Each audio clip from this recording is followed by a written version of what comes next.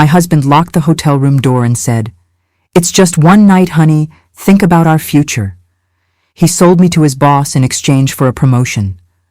But when that man opened the envelope from my purse, he ran down the hallway in his underwear, screaming in terror. I wasn't the victim, I was the revenge. Hi, my dear friends. How wonderful to have you here with me today. Come on in, get comfortable. My door is always open for a good chat. My name is Sandra Mae Adams. I'm 78 years old, and I now live here in Asheville, North Carolina, in a simple little house full of love. I was born in Burlington, Vermont, in the freezing cold of winter, but life brought me here, to the mountain air and peaceful southern charm. Right now, I'm in my kitchen preparing cheese biscuits to sell tomorrow at the farmer's market. Look here, I have about 30 pounds of flour, sharp cheddar cheese, and that warm oven smell that makes anyone's mouth water.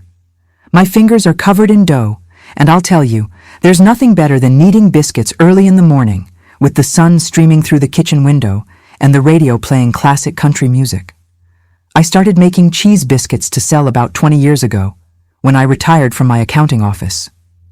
I thought, Sandra, you worked your whole life with numbers. Now it's time to work with your hands and your heart. And that's how I was reborn as a baker.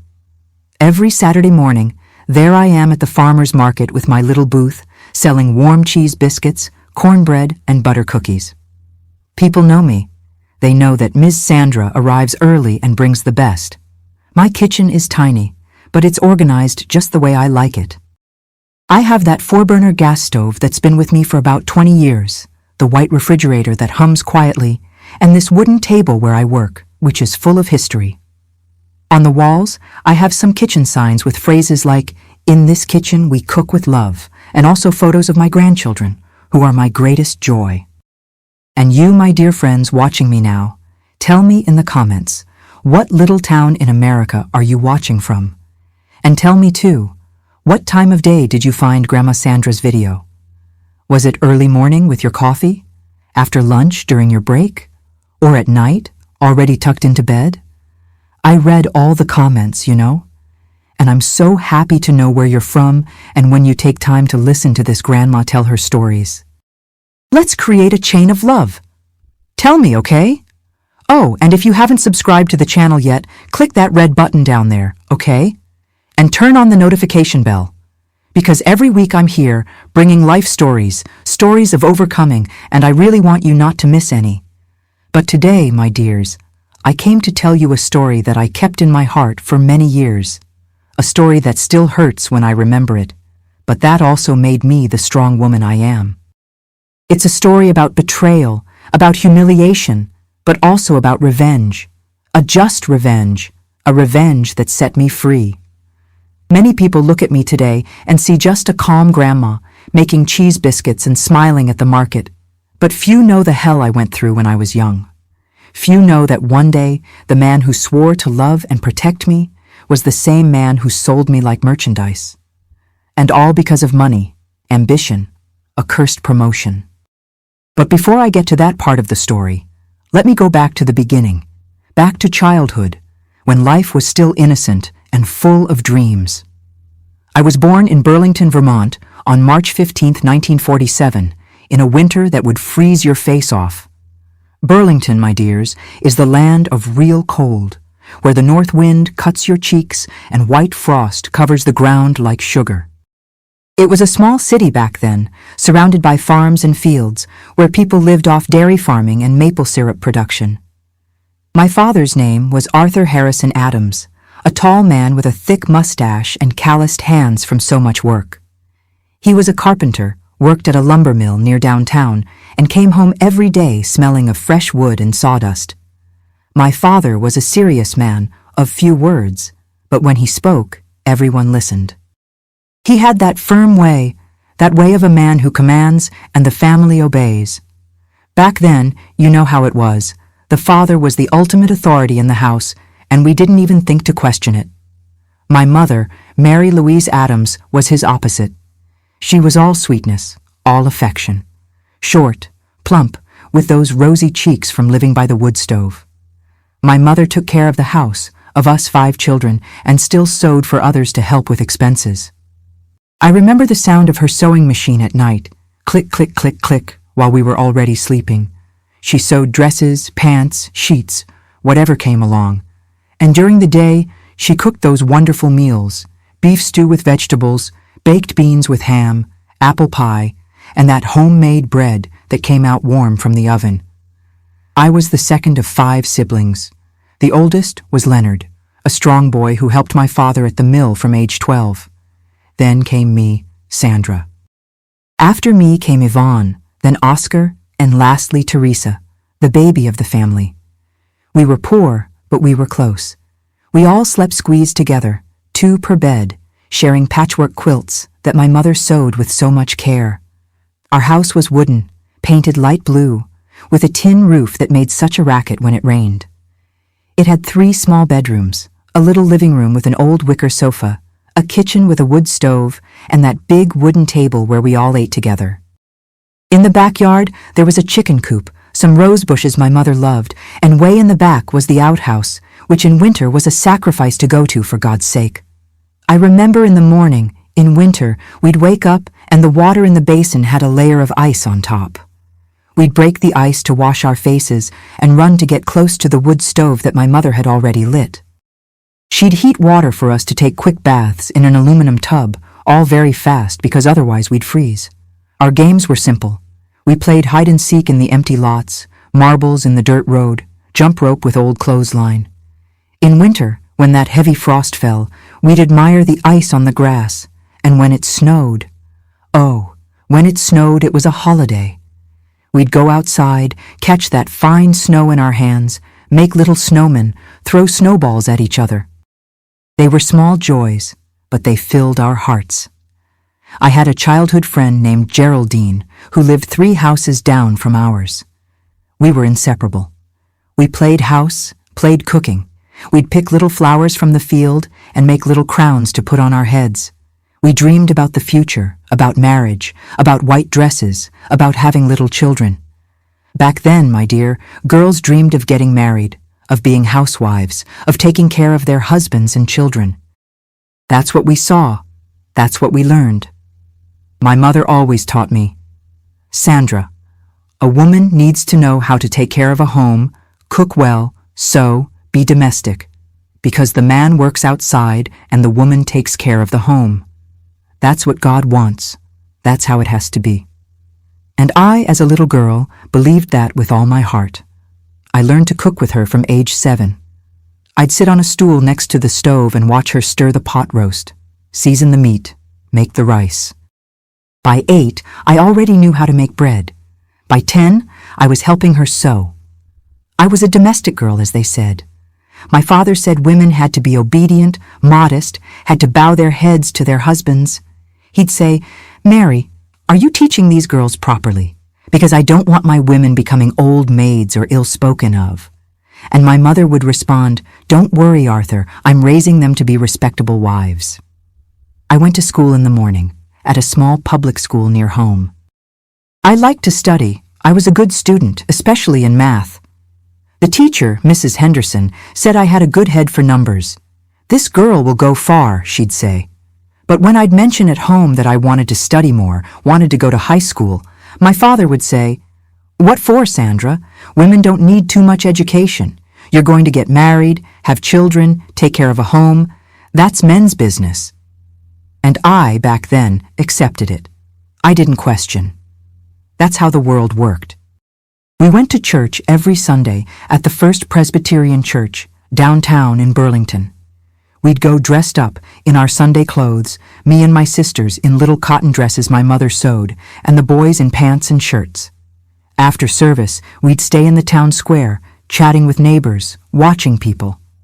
Those were slower, simpler times. In winter, there was the Winter Carnival, which was the joy of the city. There were booths selling hot cider, roasted chestnuts, maple candy, apple fritters. There was music, dancing, and we'd have fun until nighttime. I loved eating warm maple candy, that sweet, sticky treat. It was delicious. But despite all this simplicity, all this childhood joy, I already felt, deep down, that there was something wrong with the way the world treated women. I saw my father command and my mother obey. I saw my father come home angry and yell, and my mother bow her head. I saw my brother Leonard able to go out, play ball, stay out late, while me and my sisters had to stay home, helping with chores. But I kept these doubts in my chest because I had no one to talk to about it. When I turned 12, my mother called me aside and said, "Sandra, now you're a young lady. You have to behave. You can't play with boys anymore. You can't climb trees anymore. You can't make a mess. You have to be a lady because otherwise people will talk badly about you." And so, my childhood was left behind, and I entered that world of rules, of demands, of having to be perfect to someday be worthy of a husband. When I turned 15 in 1962, things started to change at home. My brother Leonard had gotten a better job in Boston and had left. My father started drinking more, getting more nervous, more aggressive with my mother. Money was tight, the mill where he worked had closed, and he started doing carpentry jobs here and there, but earned little. My mother sewed day and night to help, and me and my sisters had to help even more at home. But stubborn as a mule, I didn't give up on school. I had finished elementary school and wanted to go to high school. My father said, "Sandra, forget this nonsense about school. You need to get a job as a housekeeper, help at home." But I insisted so much that my mother defended me. "Arthur, let the girl study. She's intelligent. She can have a better life than ours." And so, I managed to enroll in night school at a public high school downtown. I studied at night and worked during the day at a wealthy family's house, the Baker family, doing house cleaning and watching the children. I earned a pittance, but I saved every penny. My dream was to take an accounting course. I'd see those men in suits entering the offices downtown with their leather briefcases, and I'd think, one day I'll work like that, in clean clothes, working with numbers, not with a broom. When I turned 18 in 1965, I finished high school. And then, my dears, I made the boldest decision of my life up to that point. I enrolled in a technical accounting program in Boston. My father was furious. "You're going to leave home, alone, to that big city? You're going to get lost. You'll become a loose woman." He yelled, pounded the table, said he was going to lock me in the house. But my brother Leonard, who had been living in Boston for 3 years, offered me shelter. "Sandra, come live with me and my wife. You sleep on the couch, help with expenses, and study. I'll help you." And so I went. I left Burlington with a cardboard suitcase, some clothes, and a heart full of dreams and fears. Boston in 1965 was still a bustling city, but for me, coming from Burlington, it seemed enormous. I was dazzled by the buildings, the movement, the opportunities. I studied at night in the accounting program and worked during the day in a fabric store downtown as a salesgirl. I was good with numbers, with accounts, and soon the store owner started asking me to help with the register, with invoices. It was around this time in 1967, when I was 20 years old, that I met Kevin Michael Anderson. He walked into the store where I worked, looking for fabric for his mother to make a curtain. He was handsome, tall, hair slicked back with pomade, wide smile, light eyes. He wore a dress shirt and tailored pants, and had a confident manner, the way of a man who knows what he wants. He started talking to me, asking about the fabrics, but I noticed he was really flirting with me. In the end, he bought the fabric, but asked my name. "Sandra," I said, all embarrassed. "What a beautiful name," he replied. "Can I come back tomorrow to buy something else?" And I, silly me, smiled and said yes. Kevin came back the next day, and the next, and the next. He always invented an excuse to enter the store, buy something, talk to me. Until one day he asked me out. "Sandra, want to get ice cream on Sunday afternoon?" I got nervous, my heart beat fast, but I said yes. We started dating. He took me to the movies, to the park, to the harbor. He was attentive, affectionate, gave me flowers, treated me like a princess. He worked as a salesman at an appliance store and was always talking about his dreams. "Sandra, I'm not going to be selling refrigerators my whole life. I'm going to move up. I'll be a manager. I'll have my own business. I'm going to be rich, you'll see." I thought that was wonderful. a man with ambition, with dreams, who wanted to succeed in life. I thought, he'll give me a good life, a nice house, security. I didn't see that his ambition was sick. That money was more important to him than anything else. We dated for 2 years. In 1969, when I turned 22 and finished my accounting program, Kevin proposed to me. He knelt on the beach at Cape Cod with a simple silver ring and said, "Sandra May Adams, will you marry me and build an empire with me?" I, moved to tears, crying, said yes. We got married in October 1969 in a small ceremony at St. Peter's Church in Boston. My family came from Burlington, my father still scowling, but my mother crying with joy. We rented a tiny one-bedroom apartment in the Cambridge area and started our married life. At first, everything was beautiful. I got a job at a small accounting firm, working with balance sheets, invoices, taxes. I earned reasonably well, and Kevin was also selling well at the store. We saved money, dreamed of owning our own home, having children. But gradually, I started to notice changes in Kevin. He'd get irritated when he saw rich people driving by in imported cars. He complained about his job, said he deserved more, that he was better than his colleagues. He started talking obsessively about money, about success, about status.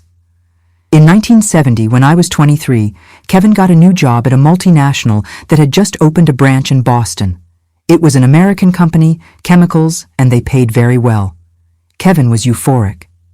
"Sandra, this is it. This is the company where I'm going to grow. I'll become a manager, then director, and we'll have everything we've always wanted." He started working at that company with an energy I'd never seen. He'd leave home at 7 in the morning and return at 10 at night. He brought work home. He was always talking about the bosses, especially Mr. Arnold Miller, the owner of the branch, a wealthy German who had come from the Midwest to run the operation. "Mr. Miller has everything, Sandra," Kevin would say, with his eyes shining. "He has a 3-story house in the suburbs, has an imported car, travels to Europe every year. And you know what he told me? That I have potential, that he's watching me for a promotion." I was happy to see my husband excited, but there was something about the way he talked that bothered me. It was as if he was obsessed, as if nothing else mattered besides growing in that company, impressing Mr. Miller. One day, in April 1971, Kevin came home and gave me a red dress. Long, elegant, very expensive. "A gift for you, honey," he said, all smiling. I was surprised. "But Kevin, we're saving money for our own house. Why did you spend so much?" He hugged me and said, "Because you'll need a beautiful dress. Mr. Miller invited us to a special dinner at a fancy hotel. It's my chance to impress him, to show that I have a beautiful, elegant wife, that I'm the right man to become commercial director." I put on the dress, looked at myself in the mirror, and felt beautiful. But deep down, there was a strange feeling, a tightness in my chest that I couldn't explain. It was as if that dress wasn't to make me feel beautiful for myself or for my husband. It was to make me an object of exhibition, a piece in his ambition game. "You'll be gorgeous, Sandra," Kevin said, looking me up and down. "Mr. Miller always comments that you're beautiful. He'll love to see you in this dress." And right then, my dears, I felt a chill. Why was my husband's boss commenting about me? Why was it important that he found me beautiful? But I pushed those thoughts away. I trusted Kevin. He was my husband. He loved me. He would never do anything to hurt me. Or at least, that's what I wanted to believe. In the following days, Kevin became even more anxious. He rehearsed what he was going to say at dinner, asked me to repeat names of important company clients, instructed me on how to behave. "Sandra, be nice, smile a lot, let Mr. Miller talk, compliment him, do your part, and I'll do mine." Do my part? Those words sounded strange to me. But I was young, I was naive. I still thought the wife's role was to support her husband in everything. I couldn't imagine, not in my worst nightmares, what he had planned for that night. On the night of April 24th, 1971, a cold spring night in Boston, Kevin spent the entire afternoon getting ready. He was nervous, anxious, put on cologne after cologne, fixed his hair 1,000 times in the mirror. I also got ready. I put on the red dress he had bought, put on lipstick, fixed my hair in an updo I had seen in a magazine. I looked at myself in the mirror and thought, I'm going to make my husband proud of me. Kevin called a fancy taxi, something we never did because it was too expensive. We went to the Ritz-Carlton Hotel, a 5-star hotel near the Common. When the taxi stopped in front of that enormous building, illuminated with a doorman in uniform and red carpet at the entrance, my heart raced. I had never entered such a fancy place in my life. Kevin held my hand, but his hand was sweaty, trembling. Is everything okay, honey? I asked. He forced a smile. Everything's perfect, Sandra. Today is the day that changes our lives. We went up to the 10th floor, the top of the hotel. Kevin had the key to the room. When he opened the door to the presidential suite, I almost fainted from so much beauty. It was a place of luxury I had never seen even in movies. There was a huge living room with a burgundy velvet sofa, a marble coffee table, crystal chandelier on the ceiling. The windows went from floor to ceiling and showed the city lights below. There was a small table already set with champagne chilled in a silver bucket, crystal glasses, and a platter of chocolate-covered strawberries. My God, Kevin, how elegant, I said, amazed. Mr. Miller does things with class, he replied, but his voice came out strange, hoarse. I looked at him. When is he arriving? Isn't dinner at 8? Kevin looked at his wristwatch. It was 7:45. He's coming up now, Kevin said, and suddenly grabbed the car keys from his pocket. Honey, I forgot an important document in the car. I'll go down real quick to get it. Be back in a minute. He walked to the door. I said, But Kevin, Mr. Miller is going to arrive and you won't be here to receive him? Kevin stopped at the door, with his back to me, and was silent for a few seconds that seemed like an eternity. Then he turned to me. And in that moment, my dears, I saw on his face an expression I had never seen before. It wasn't love. It wasn't affection.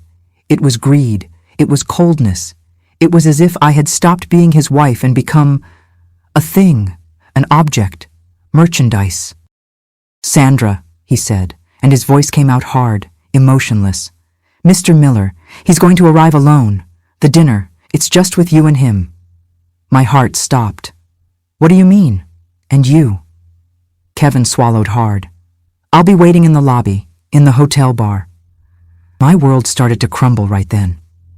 Kevin, what are you saying? I'm not going to stay alone in a hotel room with your boss. This isn't right. I got up from the sofa, started walking toward him. But he raised his hand, as if to stop me.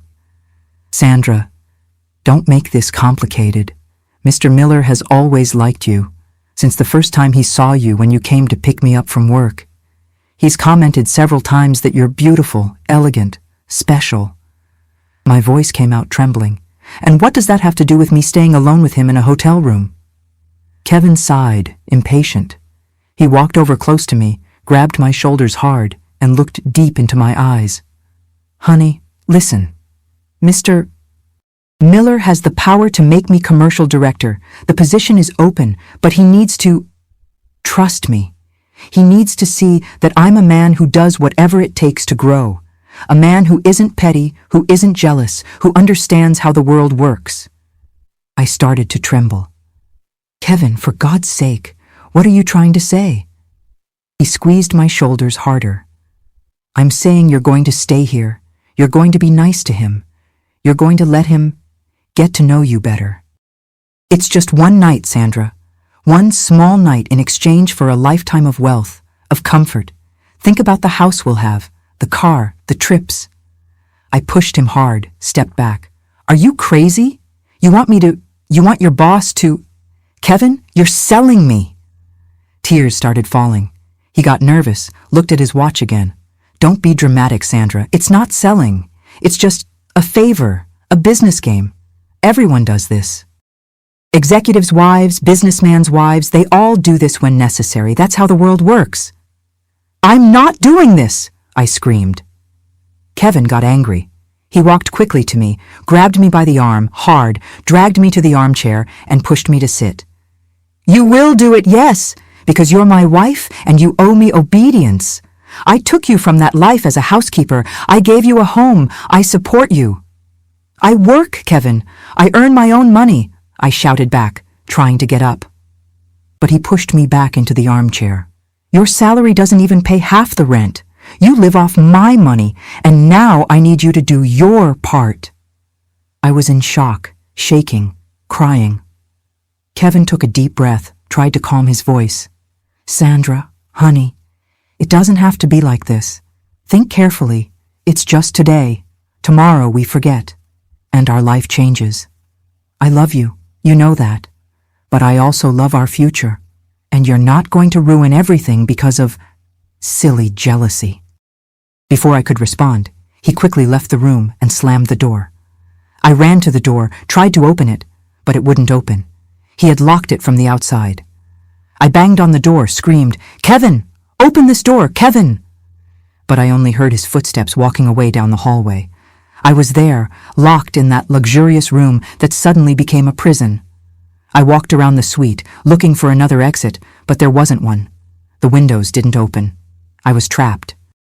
My husband had locked me in there to be used by his boss. I sat on the floor, leaned my back against the wall and cried. I cried from anger, from humiliation, from despair. How had I been so stupid? How hadn't I seen that the man I loved was capable of doing something like this? He had turned me into a bargaining chip, into a tool for him to get a promotion. I thought about jumping through the window, but they were sealed. I thought about breaking something, making a scene, but I was afraid that no one would believe me, afraid they'd think I was crazy, hysterical. Back then, my dears, a man's word was worth more than a woman's. If I screamed, if I reported it, they'd say that I had set it up, that I was a gold digger, that I was shameless. I stayed there, sitting on the floor, shaking, for about 10 minutes, until I heard the sound of the key in the lock. The door opened slowly, and he entered. Mr. Arnold Miller, a man about 55 years old, pot-bellied, sweaty, with thick glasses. He wore an expensive suit, but his tie was already loose, his shirt half unbuttoned. He entered, locked the door again behind him, and stood looking at me with a disgusting smile. "Good evening, Sandra," he said with that heavy German accent. "Your husband said you're a special woman, said you're intelligent, beautiful, and that you know how to value opportunities." He started walking toward me. I got up from the floor, backed up until I was against the wall. "Mr. Miller, this is a mistake. My husband, he had no right to put me in this situation. I'm a married woman. I'm respectable." My voice came out weak, trembling. He laughed. "Respectable? Sandra, your husband brought you here, dressed you like a call girl, and left you for me. Don't come to me with this story of respectability." He took off his jacket, threw it on the bed, started unbuttoning his shirt. "Relax. The more you resist, the worse it'll be. Think of it as work, a wife's obligation. You want your husband to succeed, don't you? So cooperate." He smiled and started taking off his belt. It was at that moment, my dears, that the fear inside me turned to anger. A cold, calculated anger. I looked at him, took a deep breath, and something inside me changed. I wasn't going to be a victim, not of them, not of anyone. I had something they didn't know about. A secret. A weapon. Mr. Miller continued approaching me, now with his shirt completely open, showing that white, hairy belly. He had taken off his shoes, was only in socks, pants, and that disgusting smile on his face. I was cornered between him and the wall, with nowhere to run. "Please, Mr. Miller," I tried again, my voice coming out in supplication. "You're a married man. You have a family. You have a reputation. This doesn't need to happen. I promise I won't tell anyone. Let me leave, please." My legs were shaking so much I could barely stand. He stopped in front of me, so close I could smell the whiskey and cigarettes on his breath. "Sandra, Sandra, you still don't understand? You're not leaving. You came here to do a job. Your husband has already been paid in advance.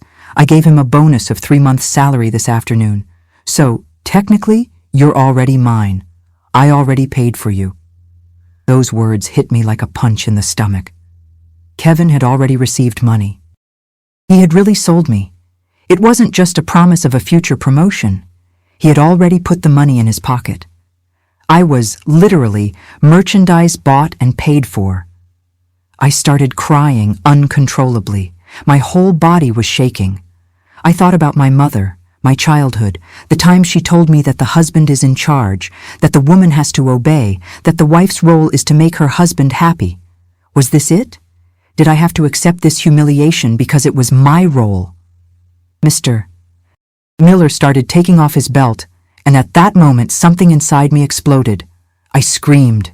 I screamed with all the strength of my lungs. "Help! Someone help me! I'm being attacked! Help!" Mr. Miller turned red with rage. He raised his hand and slapped me across the face, hard, making my head turn to the side and my lips split. I tasted blood in my mouth. "Shut up, you whore!" he yelled. "You think anyone's going to hear you? This is the presidential suite. The walls are soundproof. And even if someone heard, I own this whole damn place. I'm Mr. Arnold Miller. Who do you think they'll believe? Me, a respected businessman, or you, some little slut whose husband brought to please me?" He was right, and I knew it. No one was going to help me. I was completely alone in that room, at the mercy of that monster. I looked around, desperate, looking for anything I could use to defend myself. A vase, an ashtray, anything. But there was nothing within reach. I thought about throwing myself at him, scratching, biting, fighting. But he was bigger, stronger. I thought about running to the bathroom and locking myself in there, but he'd break down the door. I thought about pretending to faint, to get sick, but he'd probably abuse me anyway. I was without exit, completely without exit. Mr. Miller saw the despair on my face and smiled, satisfied. "There we go. Now you understand. There's no use fighting, my dear. Just accept it, relax, and this will be over quickly." He put his hand on his pants zipper and started to lower it. At that moment, my dears, I felt like I was going to die. Not die physically, but die inside. I felt that if that happened, I would never be the same person again.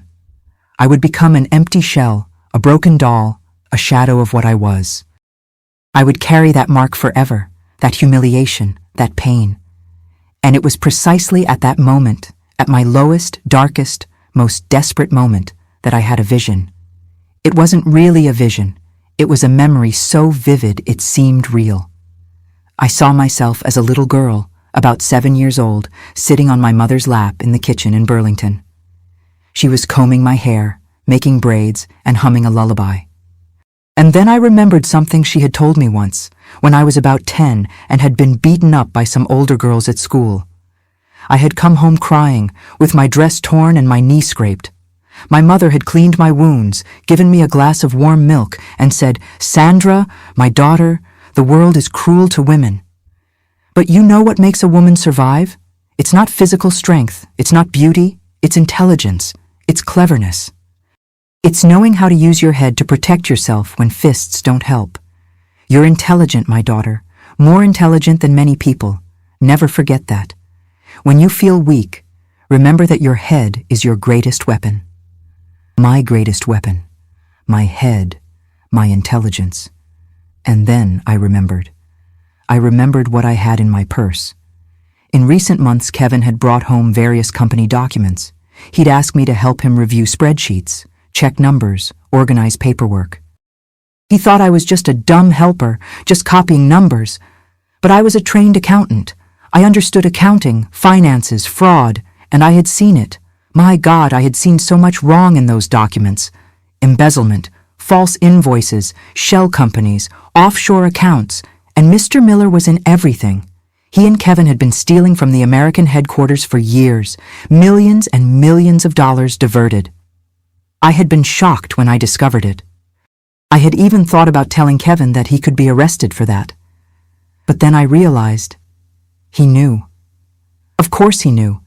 He was involved with Mr. Miller up to his neck. And then, 2 weeks ago, when Kevin started acting strange, talking obsessively about this dinner, about impressing Mr. Miller, I had a premonition. I can't explain it, but I was afraid that Kevin was planning something involving me. So I started making copies. Secretly, at the office where I worked, after hours, I copied everything. Printed emails that Kevin left lying around, spreadsheets, bank statements, incriminating documents. I put everything in a thick manila envelope.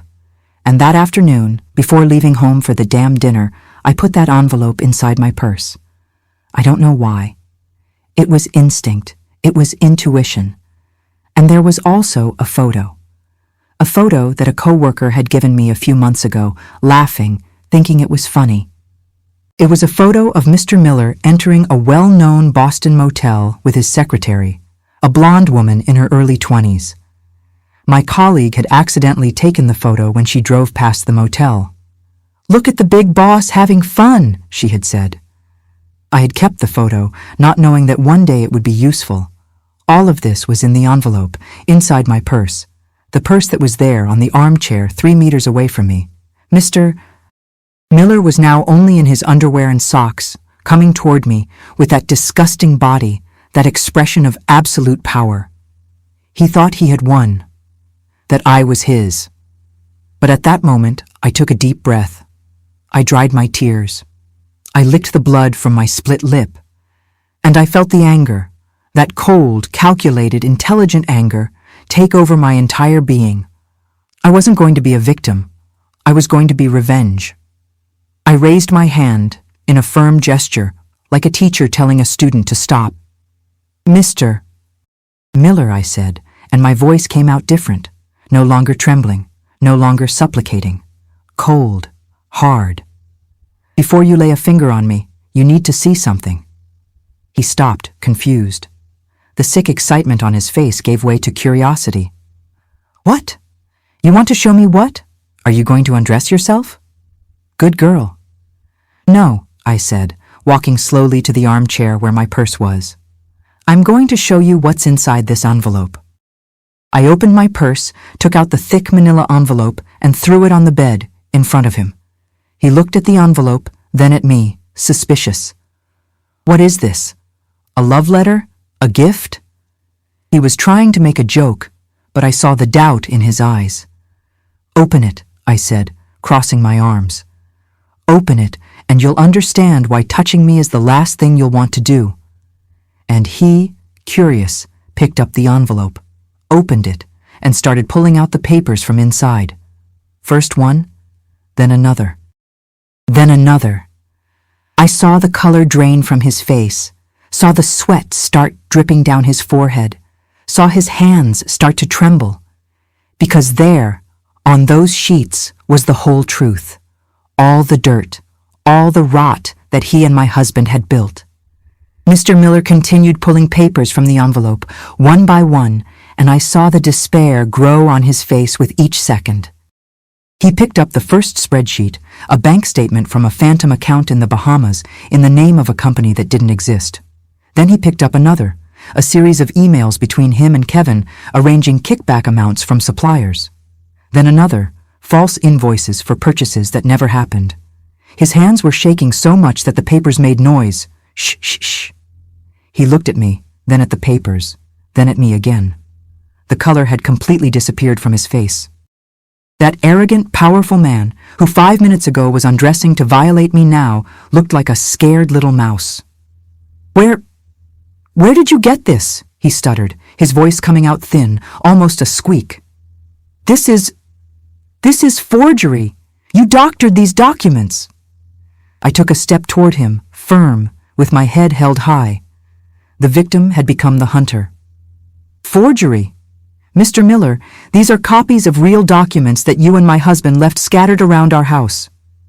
I'm a trained accountant, remember? I know how to recognize fraud when I see it. And this here," I pointed to the papers in his hand, "this here is fraud of millions of dollars. International embezzlement, tax evasion, money laundering, crimes that carry at minimum 20 years in prison." He let the papers fall to the floor, put his hands on his head. No, no, this can't be happening. He started pacing back and forth, desperate in his underwear and socks, sweating cold. All that powerful man pose had crumbled. He was pathetic. But I wasn't done yet. "There's more, Mr. Miller. Get that photo from the envelope." He, trembling, got the photo. And when he saw it, him entering the tropical motel with the blonde secretary, her laughing, clinging to his arm, he let out a moan of despair. "My God! My God! Your wife, Mrs. Brunhild, doesn't she own half the company shares?" I asked, already knowing the answer. "And isn't she a devout evangelical, one of those who doesn't tolerate infidelity? Imagine when she receives this photo in the mail, along with documents proving you diverted her fortune to offshore accounts." Mr. Miller sat down on the bed, his head in his hands. He was having a panic attack. He was breathing fast, panting. "Please, please, Sandra, we can negotiate. I'll give you money, whatever you want. I'll make you a partner in the company." I laughed. A cold laugh, without joy. "Money? You think I want your dirty money, after you tried to rape me, after my husband sold me to you like I was cattle?" I bent down, picked up the papers from the floor, put them back in the envelope. "No, Mr. Miller, I don't want your money. I want your freedom." He raised his head, his eyes red.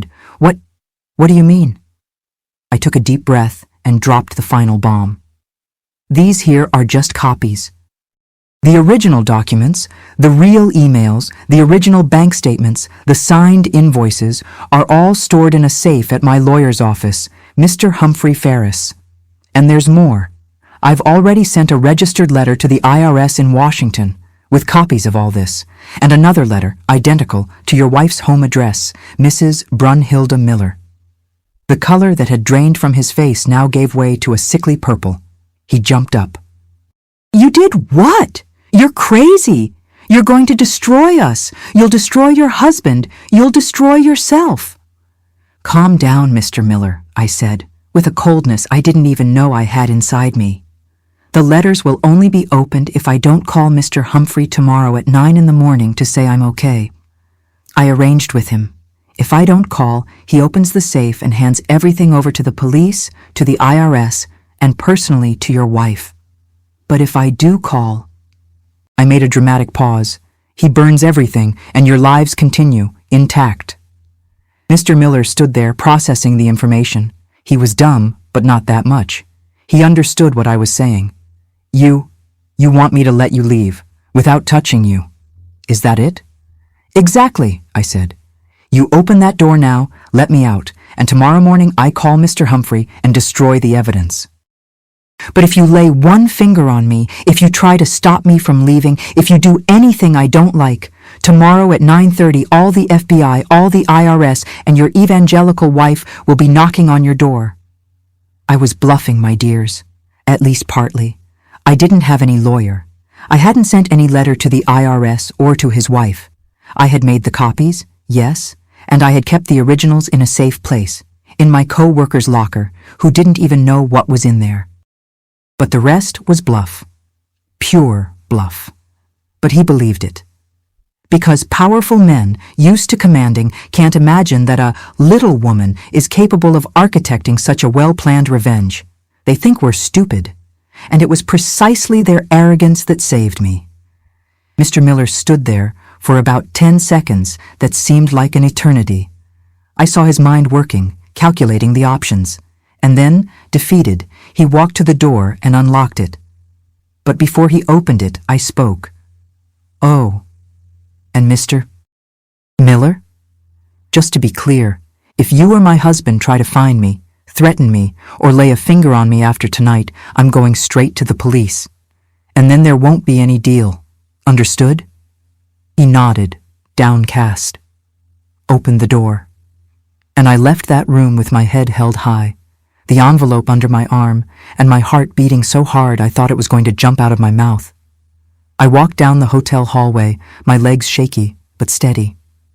I was almost at the elevator when I heard, coming from back there, a desperate scream. "Kevin! Kevin! You imbecile! She knows everything! The bitch knows everything!" I turned around and saw the most pathetic and satisfying scene of my life. Mr. Arnold Miller, a man in his 50s, fat, in white underwear, black socks, no shirt, no pants, running down the hotel hallway like a madman, screaming, desperate, holding his underwear with one hand so they wouldn't fall. Some room doors opened. Guests poked their heads out, curious, scared. An elderly lady screamed. A couple started laughing. Mr. Miller ran past me without even looking, ran down the emergency stairs, still screaming, "Kevin, where are you? We're screwed!" I continued walking to the elevator. I pressed the button, and when the doors opened, there he was. Kevin, my husband. He was getting out of the elevator, coming toward the 10th floor, probably to check if everything was okay. When he saw me there, standing, in the red dress, the envelope under my arm, and that cold expression on my face, he froze. "Sandra, honey, what happened? Why are you leaving? Is dinner over already?" I looked into his eyes, those eyes that I had loved, those eyes that had promised me eternal love, and I saw in them only lies, greed, and cowardice. I took off my wedding ring, that silver ring he had given me on the beach at Cape Cod 2 years ago, and threw it hard at his chest. The ring hit his jacket and fell to the hallway floor, making that metallic sound, clink. "You wanted a promotion, Kevin?" I said, my voice coming out hard, cutting. "Congratulations, you've been promoted to single, promoted to unemployed, and if I'm lucky, promoted to prisoner."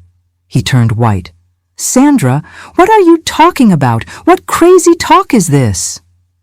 Right then, we heard Mr. Miller's screams echoing in the hallway, coming from the stairwell.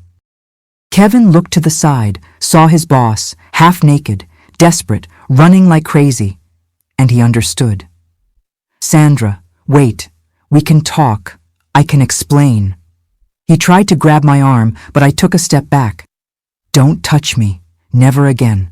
I know everything, Kevin.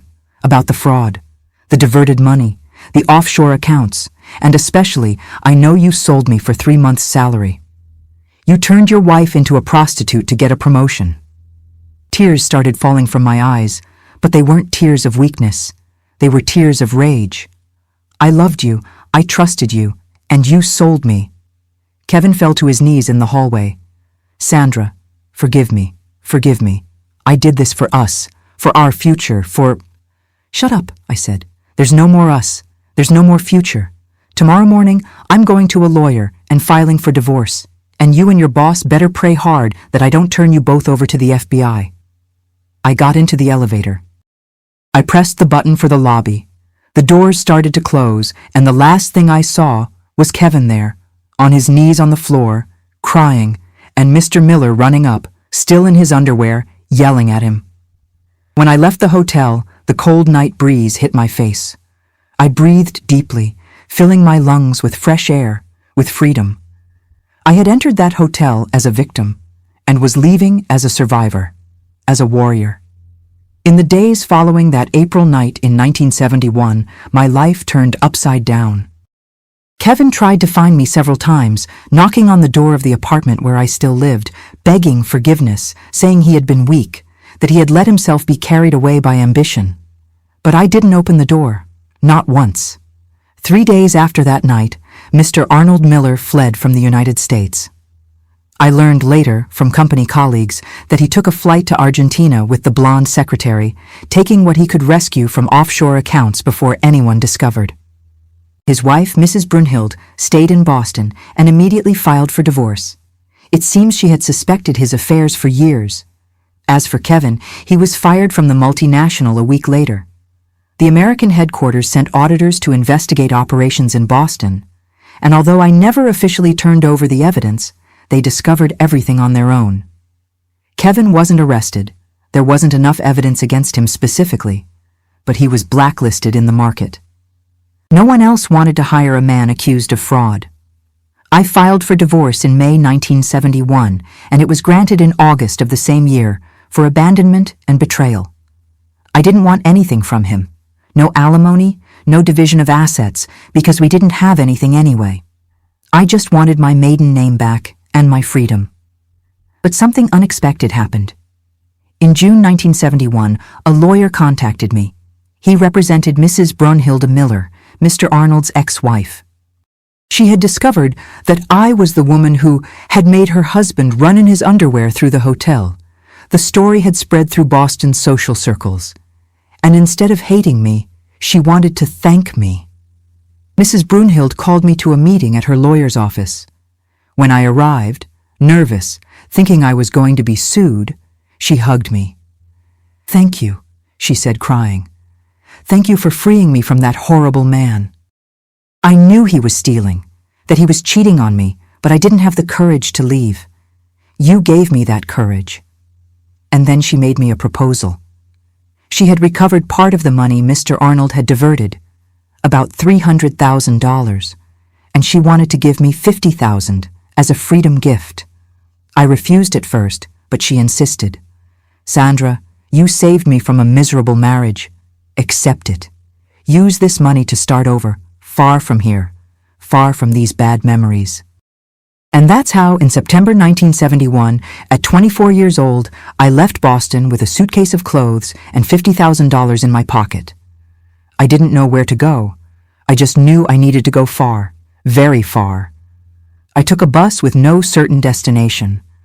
I stopped in New York, then in Philadelphia, then in various small towns in Pennsylvania and Virginia, until in October 1971, I got off at a bus stop in Asheville, North Carolina. I had read about this city in a magazine, a city of mountain air, good climate, calm, peaceful, a healing city, they said, and I needed to heal. I rented a small room in a boarding house and started looking for work. I got a job at a small accounting firm and started saving money. 2 years later, in 1973, I opened my own accounting office, Sandra Adams Accounting and Consulting. It was tiny, just me and a secretary, but it was mine, built with my sweat, my intelligence, my strength. I worked at that office for 32 years. I had wonderful clients, helped dozens of small business owners organize their finances. In 1978, I met a good man, a widower named Walter, who owned a bakery. We dated for 5 years, lived together for 10, but never married on paper. I didn't want to marry again, and he respected that. Walter passed away in 1993 from a heart attack, but gave me 15 years of companionship, respect, true love. With Walter, I didn't have biological children. But I helped raise his 3 children from his first marriage, Maurice, Gilda, and Junior. They called me Aunt Sandra and treated me like a mother. Today they're adults, have their own families, and gave me 7 grandchildren of the heart. These boys and girls come to my house, call me Grandma, eat my cheese biscuits, fill my life with joy. In 2005, when I turned 58, I retired from the accounting office. And that's when I decided to return to my roots, to what my mother had taught me back in Burlington, cooking. I started making cheese biscuits to sell at the farmer's market and discovered that this made me happy. Happy in a simple, pure way, without complications. Today, at 78 years old, here in Asheville, my routine is peaceful and full of purpose. I wake up at 5 in the morning every Saturday, light the oven, and make my cheese biscuits.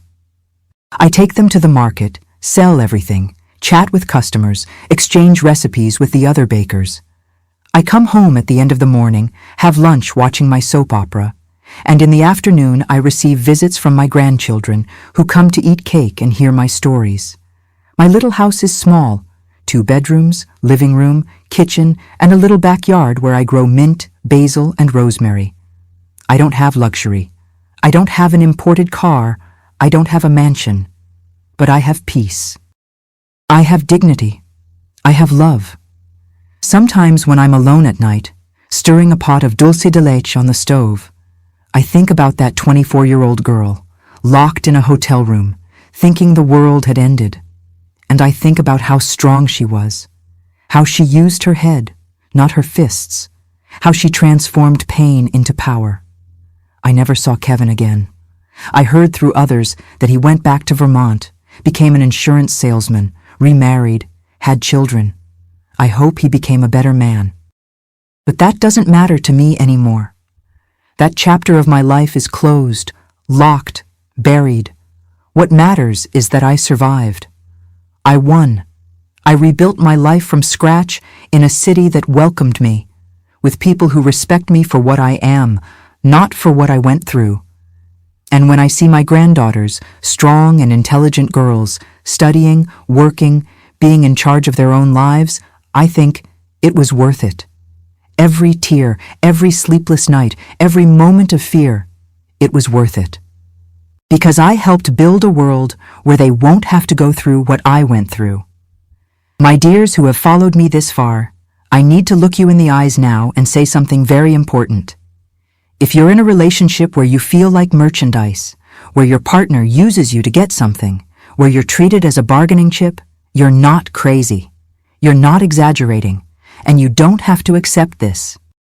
Because you see, what happened to me that April night in 1971 wasn't just a common betrayal. It was a violation of my dignity as a human being. Kevin didn't betray me with another woman. He sold me. He put a price on my head, my body, my soul. And that, my loves, that has no forgiveness, that has no justification. It doesn't matter if it's for money, for promotion, for status, for nothing. Nobody has the right to negotiate with another person's dignity. And I learned that night the most important lesson of my life. When fists don't work, when physical strength doesn't help, when you're cornered with no way out, use your head. I defeated two powerful men not with screams, not with violence, but with intelligence. I used what I knew, what I had observed, what I had documented, and that was my salvation. So, if you're going through something similar, whether it's emotional abuse, psychological manipulation, blackmail, any kind of control that makes you feel small, document. Keep evidence, take photos, save messages, record conversations, write down dates, because when you need to defend yourself, when you need to prove your truth, that evidence will be your most powerful weapon. And another thing, don't wait to be saved. Don't wait for someone to come rescue you. Because sometimes, my dear, sometimes the only person who can save you is yourself. That's how it was for me. There was no Prince Charming, no knight in shining armor. There was a 24-year-old woman, terrified but smart, who used the brain God gave her to turn the tables. And after you free yourself, because you will free yourself, don't be afraid to start over. I left Boston not knowing where to go, with a suitcase of clothes and money in my pocket, but with my head held high. And look where I ended up. A simple life, but dignified.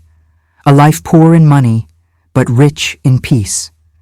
My dears, I want to make a special request of you now. If you made it this far in this story, if you felt in your chest the pain I felt, the anger I felt, but also the victory I achieved, I need you to do something for me. Click that red subscribe button now and turn on that notification bell. Because this story I told you today, it needs to reach more women. It needs to reach that girl who's being manipulated by her boyfriend, that wife who's being controlled by her husband, that young woman who thinks love means accepting humiliation. Every subscription to this channel is one more woman who will hear that she deserves respect, that she is not merchandise, that she has power, and that, my loves, that can save lives. So subscribe, turn on the bell, and help me spread this message of liberation. And now, do me a favor. Come to the comments and write just one word. One word that represents what you felt hearing this story. It could be strength, it could be courage, it could be rage, it could be freedom, it could be justice. Any word that touched your heart. I'm going to read each one, and I'm going to respond to each one of you, because you're not just numbers to me. You're companions on this journey of healing. Do it now, don't wait another minute. Because while you're reading this, There's someone out there who needs to hear that they're not alone. A kiss to each of your hearts. And remember, you are worthy of respect, worthy of true love, and worthy of a life in peace. Until the next story, my loves. This is Grandparents' Tales, and I'll see you in the next video.